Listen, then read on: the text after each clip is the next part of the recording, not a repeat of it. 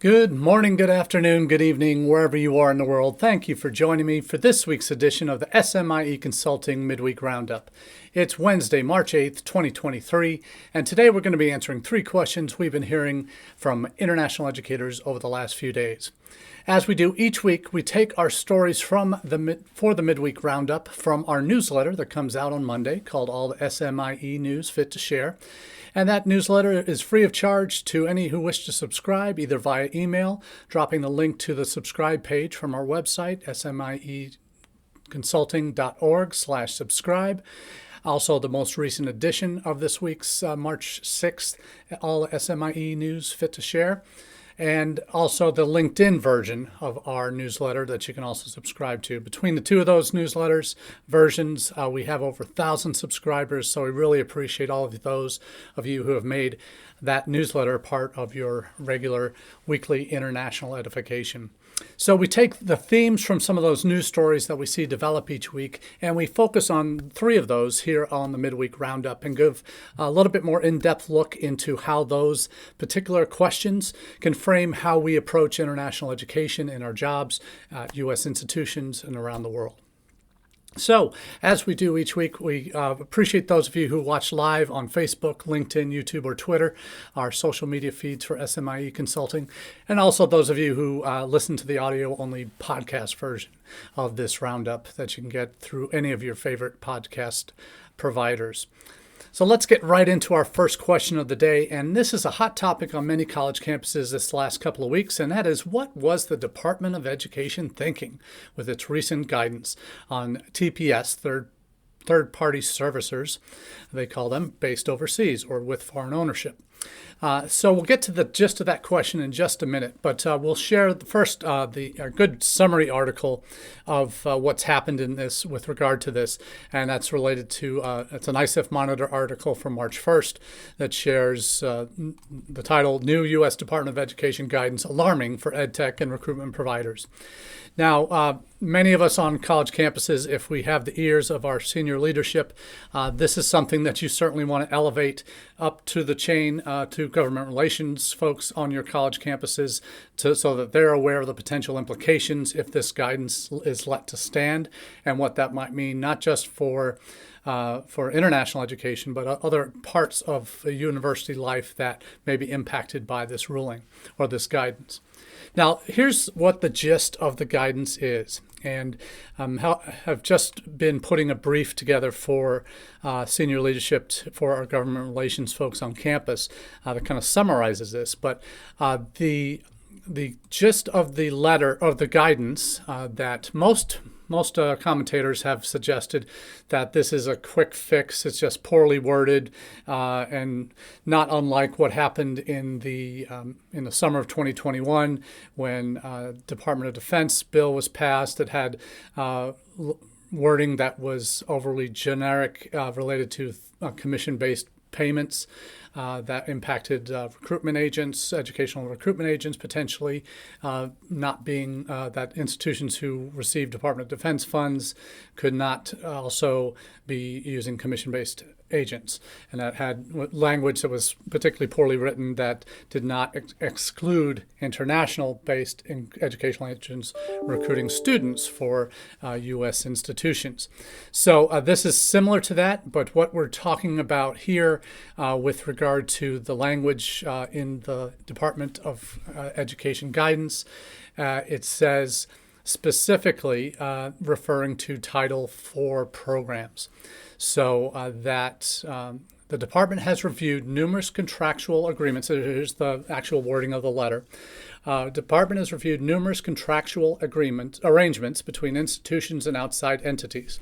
These reviews have confirmed that most activities and functions performed by outside entities on behalf of an institution are intrinsically intertwined with the institution's administration of the Title IV programs, and thus the entities performing such activities are appropriate subjects to TPS requirements. Now, these are not TPS reports from the movie Office Space. These are third-party servicers. That's what the Department of Education calls TPS. In particular, the department is revising revising its guidance concerning the functions of student recruiting and retention, the provisions of software, products, and services involved in Title IV administration activities, and the provision of educational content and instruction. The department is aware that a large and growing industry has developed to provide one or more of these services as a means of transitioning academic programs into a distance education format and expanding enrollment. Companies providing such services are sometimes referred to as online program managers, OPMs. So the Title IV programs is, for those who aren't aware, is specifically referring to federal financial aid for post-secondary students. That's government money coming to institutions for federal financial aid. So that's almost exclusively for U.S. citizens, permanent residents, asylees, and residents of the Marshall Islands, I think, and American Samoa perhaps as well. But anyway, these classifications are specifically, Title IV specifically refers to financial aid, federal financial aid, which international students are not eligible for. So from an international education perspective, it seems to fall outside of what the Department of Education is really intending with this, that they're really concerned about these OPMs that are offering distance education formats, expanding enrollments, if these programs are owned by non-U.S. citizens or based overseas. So that's really the requirement or the particular concern of the Department of Education in trying to regulate this. So, and where those funds go for Title IV, it's if any of that money goes to should be. If any of that money goes to overseas TPS people, then that would fall afoul of this regulation. So the challenge is, from an international admissions, international education perspective, is that the letter does specifically indicate that recruitment and application related activities are within its oversight scope, including, quote unquote, in the letter, interacting with prospective students for the purpose of recruiting or securing enrollment, basically performing what the function that agents perform. This includes, but is not limited to, providing prospective students with information on educational programs, application document requirements, deadlines, and the enrollment process. Assisting students with the completion of application enrollment processes. This includes offering admissions and enrollment counseling. So this obviously concerns international admissions folks who rely on agents to provide many of these services to prospective students overseas. Educational agents are almost exclusively overseas based. Some do operate in the United States but have offices overseas. So that is particularly of concern for international education. There are also potential implications for partnerships with universities, that partner universities overseas that would have potentially be receiving U.S. students who have federal financial aid to attend the study abroad program overseas. So there's, again, many potential areas of concern for international educators beyond just the diagnosis from that's specific to international education. There may, and I think the main target of these are OPMs related to that would be connected to a Title IV funding in any way, which most international education programs are not. Again, unless it's going to be that study abroad piece. So this is particularly concerning. It's hopefully going to be corrected. The fallout from this is that Department of Education, after a series of educational associations led by ACE, penned a letter that, as they usually do, they sort of serve as the umbrella whenever some of this new federal guidance or legislation comes out that is particularly opposed to parts of that higher education process.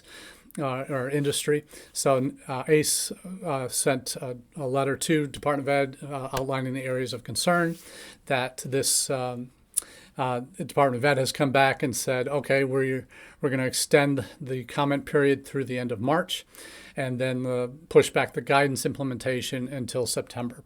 So that's had at least a positive immediate impact, that there's not rushing in with this guidance, which originally was going to go in place in the next month or so.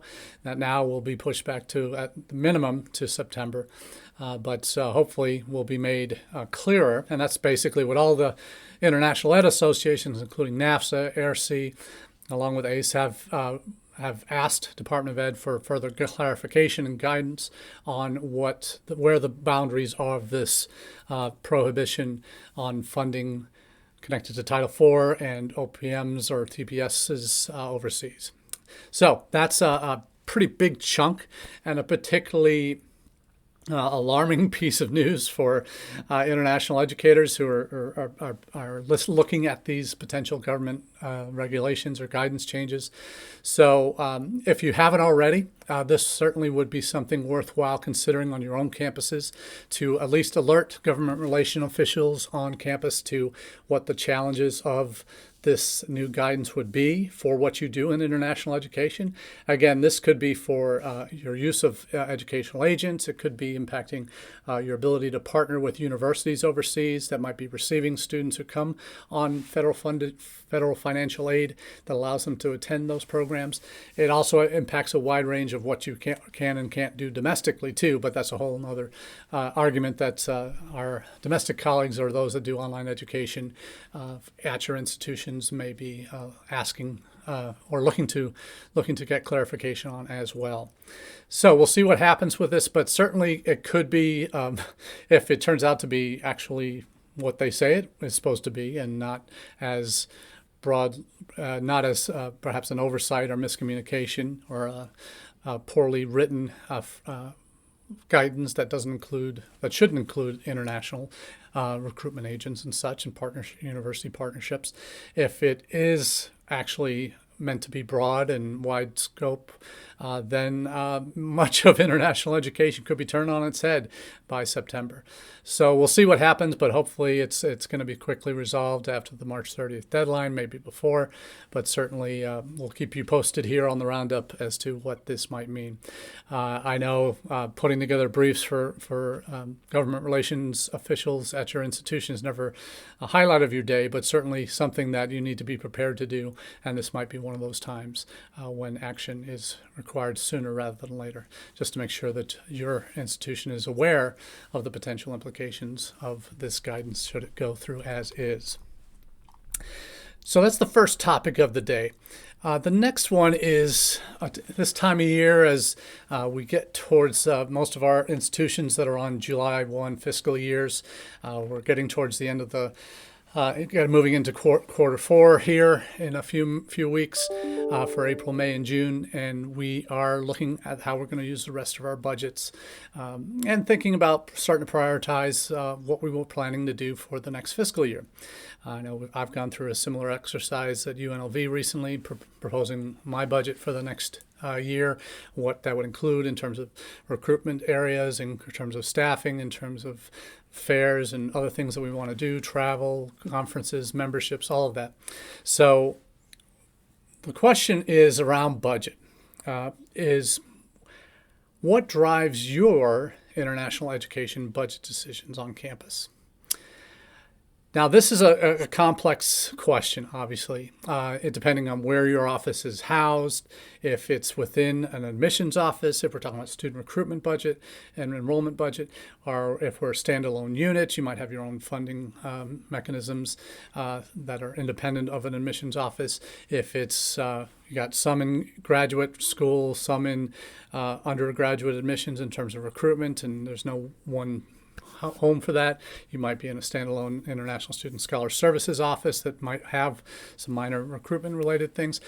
But the question is, what drives your international budget decisions on campus? So turning here to an article from our colleagues at intl, where they say budgeting should be an expression of your values as a campus. And they pose three essential questions that all campuses or all international ed folks should be saying what we need, what should drive our where we spend our money. And this is an important piece of the puzzle. So I really think that as the intl article points out, is that what are these three essential budget questions? A framework for planning. That's a download that they have, intl has available as well. And if you, what they boil it down to are three questions that you should be asking when you're making budget decisions. First up, where are the strongest opportunities for growth? What do you truly value? And are you performing at the level that produces desired results? So by answering those three questions for your institution, you may have, and the strongest opportunities for growth is in the recruitment side. What are the markets that you are the most likely to produce growth for your institution? And college market or country markets, program markets, combination of those two, level of study, that type of thing. Having answers to those three questions, that question there. Then what do you truly value?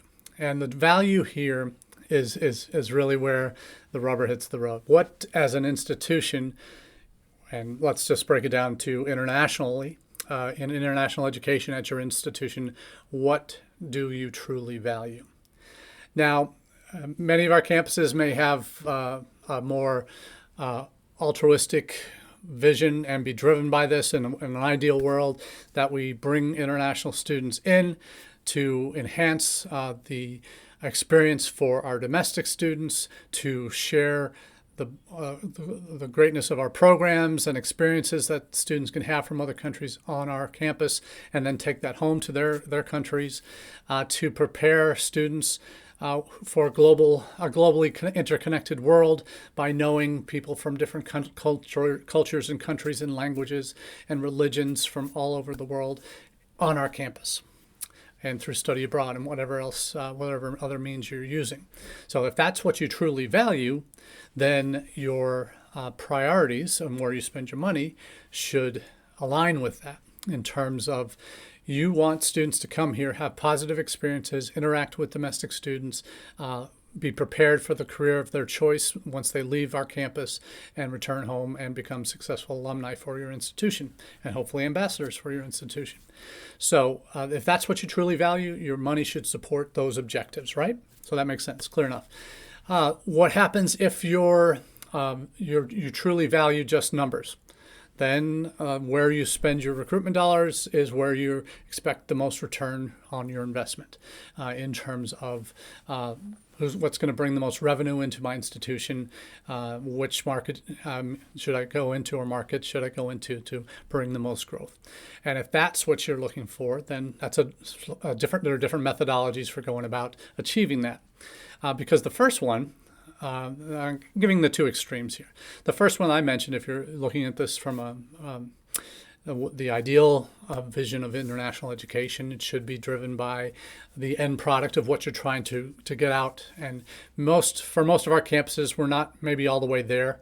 We're on a journey towards being that as an ideal way to conduct international education efforts on our campuses. We focus on those outcomes, and we realize those outcomes require us to provide services, not just promotional materials on the front end to bring students in, but the services to take care of the students while they're on campus, and those services in their last year of studies, or last period of time on our campus before they return home or go into the job market, that we're preparing them for that next step, that we're equipping them not only with the skills to be good in their career, but the skills that they need for life, for the research, the communication skills, the interview skills, the writing skills, all of those things that they will need to have to be successful in their chosen profession. But also how to get to that chosen profession, how to identify the right opportunities and companies that they can work for to get them where they need to be. So that we're on a journey towards that, because most of our campuses are not going to be full service prospect to successful alumni system where every dot is connected throughout that journey, so that through the enrollment and orientation and advising and programming and services and housing and all of those things that lead to students becoming successful graduates, we're not all there yet, are we? So we're on a path to that goal. But when you're showing what you truly value, if that's what's guiding your search, as opposed to where you spend your money, then the value piece will come in. Well, if you value that full-term experience, and that's where we want to be. We want to get to that point where we spend our money is going to reflect the services we need to have to allow us to get to that point, not only in the front end of the process while they're students and at the end of their journey as a student. So that's the ideal. Those that are driven, valued by revenue for the institution, bottom line, that's all we care about. We don't care where they come from. Then your motivations are all in on China, or in the past, all in China, or all in on India, all in on Saudi Arabia if you have the right programs, all in on Brazil, or whatever your best market would be. And then the rest they happen. But that's what really will trigger which path you go down, or some combination of those two, or variation on that theme, I should say. And the final question they ask is, and are you performing at the level that produces desired results? And part of the challenge here, again, is how are you measuring your success? And obviously, if you've been tracking where you spent your money this past year, what has that led to? For example, at UNLV, my first year since May last year has been spent elevating UNLV's profile amongst influencers. By influencers, I mean guidance counselors through International ACAC, through presence at international education conferences like NAFSA, like International ACAC, like AIRC, like AIEA, and NAFSA, of course. All of these conferences, and now going to API next week, meeting with the influencers that can help spread the word about who we are as an institution, let folks know that we're out there on the market ready to work with them to bring qualified students into our programs. Also, part of that influencer network are the agents and Education USA officers and advisors around the world that on the agent side, we have a network now of 30 plus agents that we're working with to help drive student traffic to us. With Education USA, we're making them aware of our programs. We're doing outreach to them to connect for webinars. We're potentially using Education USA to help us identify potential partner universities in their countries that would be good fits for our university as we look to grow our international footprint. So for us, me tracking results for what I do is I don't handle directly the admissions part.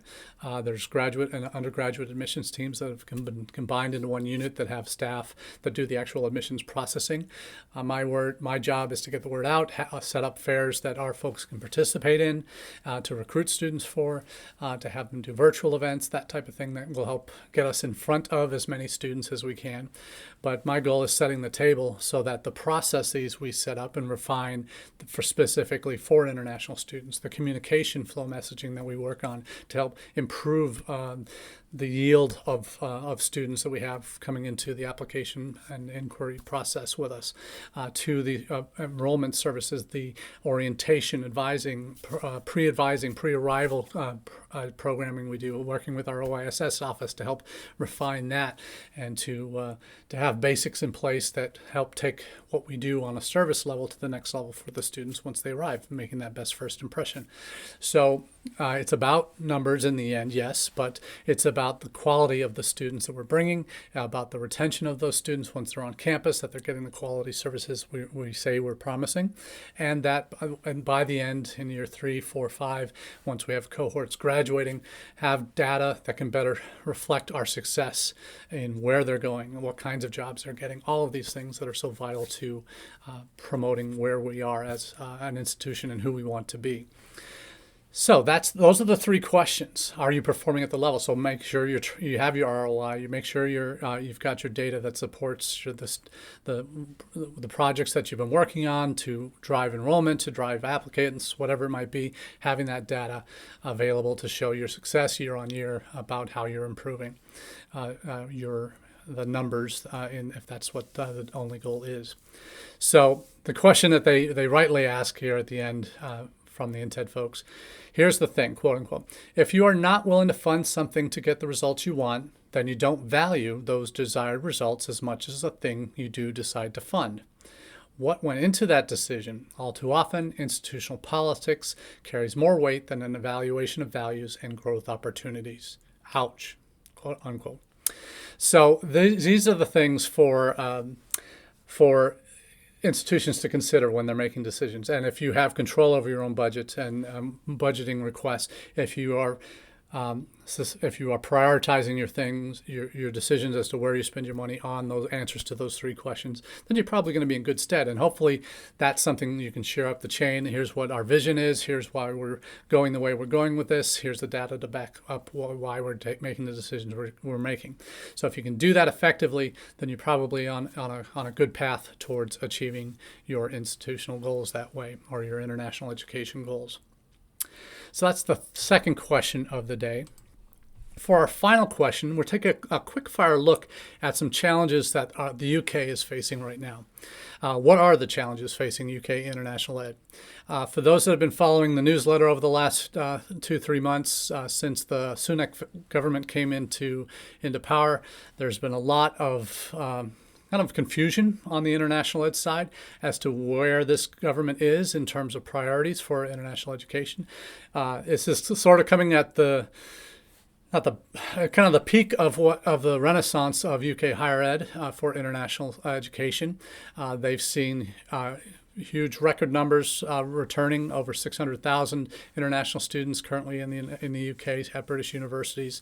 That represents achieving a goal years ahead of schedule to reach that 600,000 mark. They've seen huge growth from China, huge growth from India, Nigeria, as they've seen explosions in the number of postgraduate degree programs that international students have been coming for, which in the UK terms are primarily one-year master's programs. And we know UK undergrad degrees are 3 years, their master's degrees mostly are 1, some are 2 years, and then doctoral programs are 3 to 5 years. So, but the master's programs are what has driven a lot of the recent growth in international education numbers, international student numbers in the UK. So they're at this all-time peak. But the challenges are this peak is coming at a time where, because the shift to online to postgraduate master's level degrees primarily, it's creating a lot of churn. Because the recruitment cycle is, these are students that are only going to be in the UK for 1 year on their campuses. So it's a limited year on year, you're churning over to those same students. So the only new ones you're getting in each year to these programs are going to be for 1 year, primarily for these master's students. So there's limited impact that those students financially will have on your campuses, but they're going for numbers at many schools right now. There was an article last week we shared, or about a webinar from the PI about the University of Hull and how they've just blown up their numbers, more than doubled in the last 3 years. So there's some real momentum that's been gathering over the last 3 years. Even during the pandemic, you saw UK numbers continue to go up after initial everyone had a bounce down in 2020, but UK numbers have shot up because of their smoother visa processing piece, not requiring the interview, having third parties kind of run the majority of the visa processing. So it's sped up that process and left countries that do require interviews like the UK or like the US struggling to get students in because consulates and embassies weren't open during the pandemic. Now that they're reopening, it's becoming less of an issue, but still there's a backlog and all of these wonderful things that we have to face in the US. UK didn't. So we're seeing what's happening here with the UK. So that's kind of painting the picture. What's happened with the Sunak government, their Home Secretary, Suella Braverman, came in and immediately said, we're going to be putting a cap on the number of students, postgraduate students that come into us who bring dependents, because there was apparently this huge spike in international students that were bringing dependents with them who were coming from master's or doctoral programs. A huge spike, 30 to 60% spike, I think, of number of new people coming in. And those people were only allowed in because the students were coming for postgraduate degrees. The talk was on capping the numbers. There's talk of reducing the numbers. There's talk of allowing only high-value degree holders to bring in dependents. There was originally talk of only allowing students to go to particular universities and not low-value institutions. So there's been a lot of disquiet about that. We're also one of the knock-on effects of the UK's success with their recruitment is there's a huge housing shortages in the UK in many cities. Some institutions, even in Scotland, said don't come unless you've already got housing lined up, just because it's seriously that short on housing. And there was another article in our newsletter this week that cataloged the vacancy rates in most of Europe are less than 1 or 2% available housing for international students. So some serious challenges ahead for UK institutions that are looking to continue their strong path towards world domination in international student recruitment. So we'll keep our eyes on those challenges and how they materialize in terms of government policy, but be grateful we don't have that level of intervention yet on the U.S. side. But that's all we have for you this week on the Midweek Roundup. Wishing you the best for the rest of your travels. We're off to Vietnam and Thailand, where next week on March 15th, I'll be presenting live from the API conference in Bangkok. So until next time, have a wonderful week. Cheers.